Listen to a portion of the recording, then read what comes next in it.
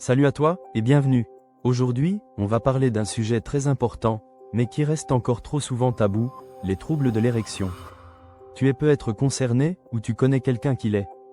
Quoi qu'il en soit, reste bien avec moi jusqu'à la fin de cette vidéo, car je vais te révéler une information essentielle pour comprendre et améliorer ta situation. Cette vidéo est là pour t'éclairer sans jugement, dans un style médical rigoureux, bienveillant et accessible. Prêt? On y va. D'abord, pour vraiment saisir ce qui se passe lorsque l'érection rencontre des difficultés, il faut comprendre comment une érection fonctionne normalement. Cela peut paraître simple, mais c'est en réalité un processus biologique extrêmement sophistiqué, qui mobilise plusieurs systèmes du corps, le cerveau, les nerfs, les hormones et la circulation sanguine. Ces éléments doivent parfaitement s'aligner pour que tout fonctionne bien. L'érection commence toujours par une stimulation. Cette stimulation peut être très variée. Un contact physique, une caresse, mais aussi une pensée, une image, un son, une odeur. En fait, tout ce que ton cerveau peut interpréter comme excitant sexuellement. Le cerveau est ici le chef d'orchestre. Il analyse ces stimulations et décide d'envoyer le signal « Go » à ton corps. Ce signal passe par le système nerveux central. Le cerveau envoie des impulsions vers la moelle épinière, puis le long des nerfs situés dans la région pelvienne. Si ce message nerveux est perturbé à n'importe quel niveau, l'érection ne peut pas se déclencher. C'est pourquoi, parfois, le stress, la fatigue, ou un problème neurologique peuvent empêcher l'érection dès le départ. Quand les nerfs transmettent correctement leur signal, ils libèrent une substance appelée oxyde nitrique. C'est une molécule clé, un messager chimique qui agit directement sur les vaisseaux sanguins du pénis. L'oxyde nitrique provoque leur dilatation, c'est-à-dire qu'il les ouvre pour permettre à un flux sanguin abondant d'arriver. Cette arrivée massive de sang dans le pénis est indispensable à la formation de l'érection. Le pénis contient deux corps caverneux, des structures spongieuses qui se remplissent de sang pendant l'érection. À mesure qu'il se gorge de sang, ces tissus gonflent et durcissent, ce qui fait que le pénis devient ferme. Mais ce n'est pas tout. Pour que l'érection se maintienne, le sang doit rester piégé dans ces corps caverneux. Cela est possible grâce à un mécanisme appelé compression veineuse, qui empêche le sang de repartir trop vite. Lorsque ce système de maintien ne fonctionne pas bien, par exemple si les veines ne se ferment pas assez, l'érection peut disparaître prématurément, ce qu'on appelle un dysfonctionnement veino-occlusif. Et enfin, l'érection prend fin naturellement lorsque la stimulation cesse ou après l'éjaculation, grâce à un retour à la normale des vaisseaux sanguins et des nerfs. Comprendre ce mécanisme est fondamental, car il explique pourquoi un problème à n'importe quel niveau, mental, nerveux, hormonal ou vasculaire, peut entraîner des troubles de l'érection. Par exemple, un stress trop important peut bloquer la transmission des signaux dans ton cerveau.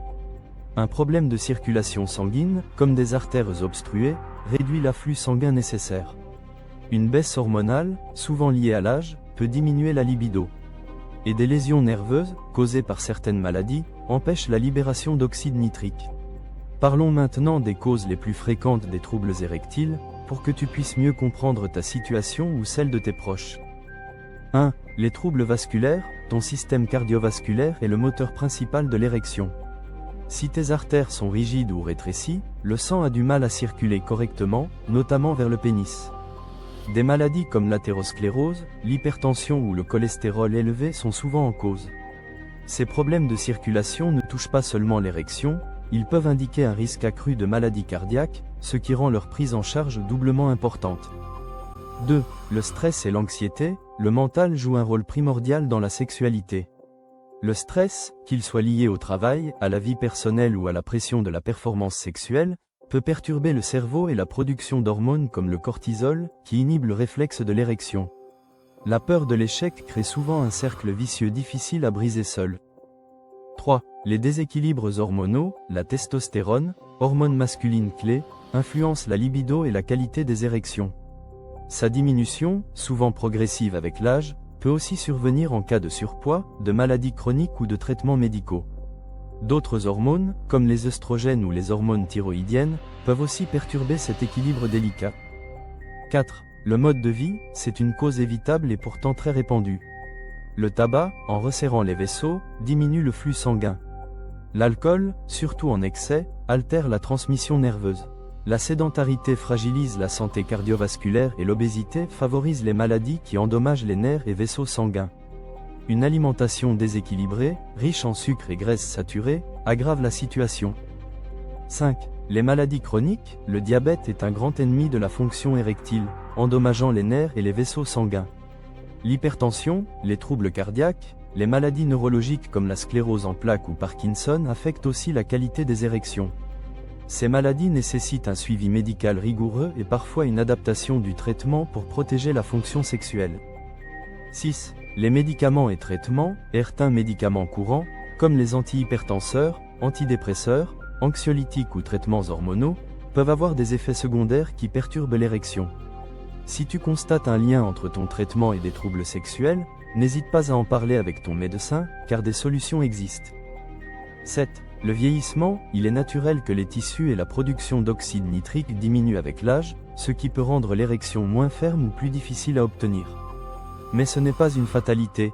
Une bonne hygiène de vie, un suivi médical régulier, et parfois des aides médicales permettent souvent de préserver une vie sexuelle satisfaisante. Tu te demandes peut-être, y a-t-il des moyens naturels pour soutenir la fonction érectile? La réponse est oui, et l'un des leviers puissants est l'apport en vitamines. Les vitamines ne sont pas juste des compléments alimentaires. Ce sont des éléments essentiels qui participent activement à la santé globale, y compris sexuelle. Elles aident à stimuler la circulation sanguine, à équilibrer les hormones, à protéger les cellules des dégâts oxydatifs, et à renforcer les tissus vasculaires. Par exemple, la vitamine C est un excellent antioxydant qui favorise la production d'oxyde nitrique et protège les vaisseaux sanguins.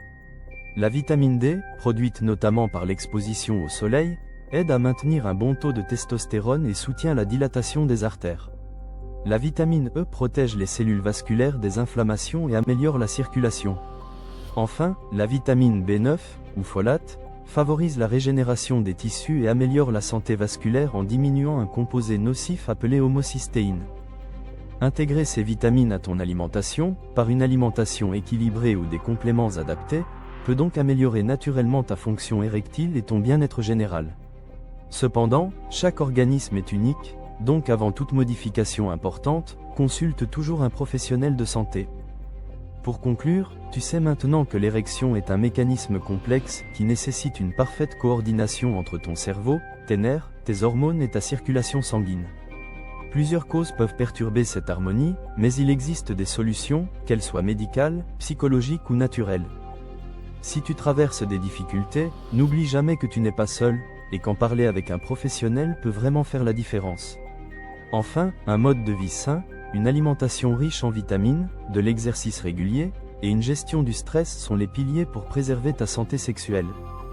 Si tu as trouvé cette vidéo utile, n'hésite pas à laisser un commentaire avec ton avis, tes questions ou même ton expérience personnelle. Ton témoignage peut aider d'autres personnes à se sentir moins seules face à ce problème. Pense aussi à t'abonner pour ne rien manquer des prochaines vidéos santé, et à partager cette vidéo autour de toi. Merci d'avoir été jusqu'au bout, prends soin de toi, et à très bientôt.